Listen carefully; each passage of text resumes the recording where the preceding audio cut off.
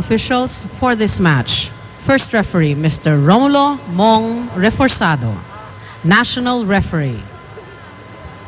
Second referee, Mr. Philip Sison, International Referee. Let's call on our starting lineup from our Lady Bulldogs of the National University. Wearing jersey number 6, Precious May Salibad. At number 8, Maricar Nepomuceno. Team captain with jersey number 7, Rhea Sante. Guest player with jersey number 16, Aliona Denise Santiago. Guest player with jersey number 3, Monique Chanco.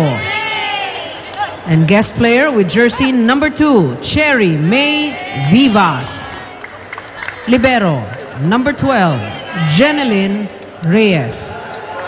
Head coach, Mr. Francis Vicente. Calling on our Lady Cobras from the Southwestern University. At number 1, Daniely Bakiro. Wearing jersey number 8, Danica Yolanda Hendrauli. At number 14, Fritzy Aliguay. At number 17, Princess Anne Pido. Guest player with jersey number 11, Kenneth Garces. And their team captain with jersey number 4, Rapril Aguilar. Libero, number 10, Mary Luilin Pasino. Head coach, Mr. Jordan Paca.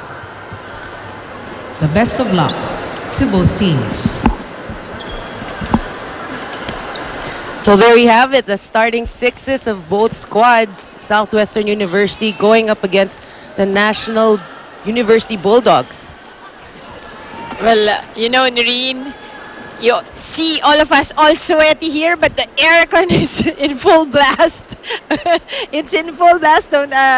Don't be fooled by our sweats, but it's just really so hot outside. It's hot. Plus, the heat is getting hotter here as the games are played in the quarterfinal round.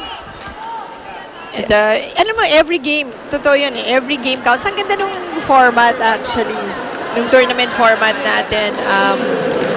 It makes it more exciting. Plus, wala kang parang tinatapon na games where pwede kang mag-relax, di ba? Hindi pwede.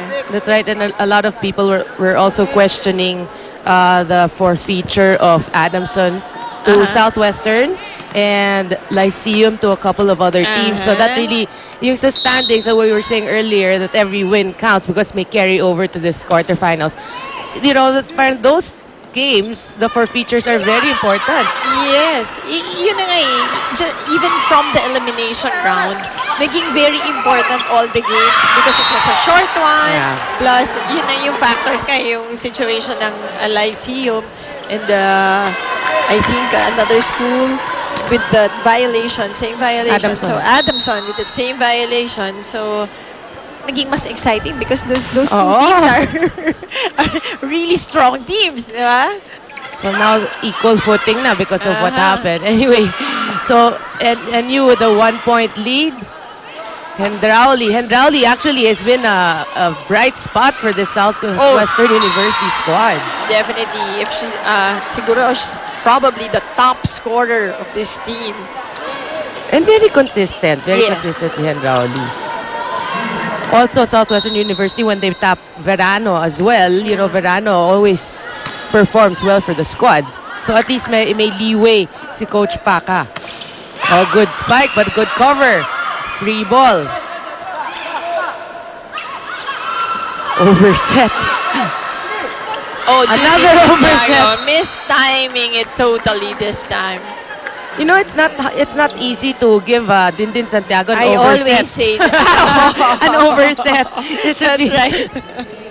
Talagang error yon. Dalawa. Stat, dalawang error.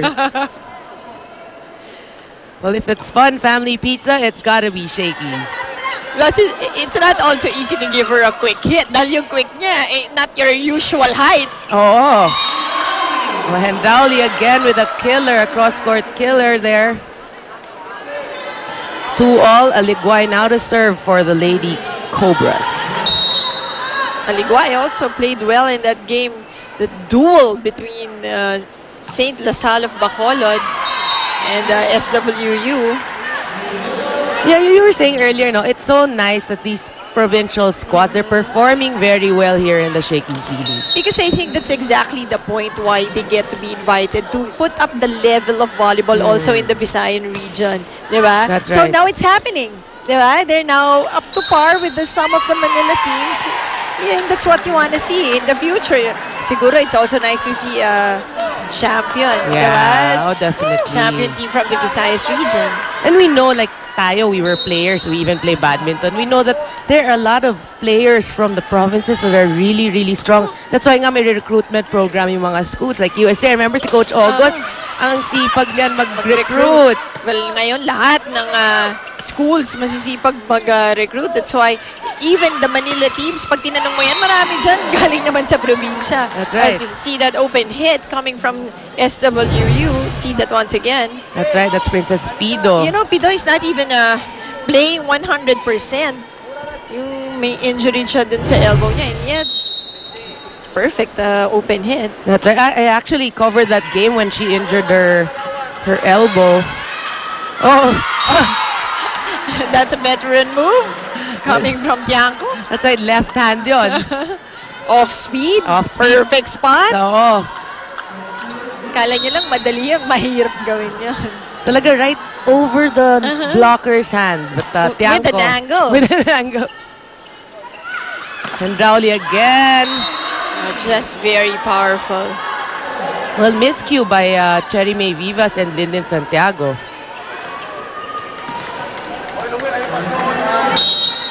Si Maricar Nepomuceno, somebody we are really awaiting to explode. That's right, you know, if she plays well, talagang she's very powerful hitter. Unstoppable. May mga game siya, you can see kahit anong block, kahit ang taas ng kuha ng bola. And Yeah, sa ibabaw siya pumapalo, which is hard to do, no? yes, but with her long limbs. Yep. And yung ano din, yung follow through ang important as and Rowley putting that into the net.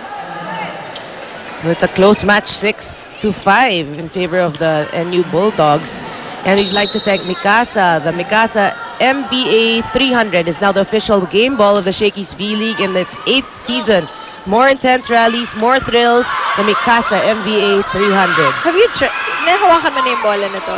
I saw it yung may holes, No, pero you should hold it. Sabi nga namin ni Ian, siguro kung ganito yung bola, gusto mo talaga mag-receive eh. Ang lambot, really soft. Ganda. Sige, hingi nga tayo. Ayun, gusto ko yun. See this dump ball coming from SWU? But you know, a lot of teams like that one was by Garces. They opted that, like Gemini Ferrer. Yeah, ay, that's And they sabi ko, score, no?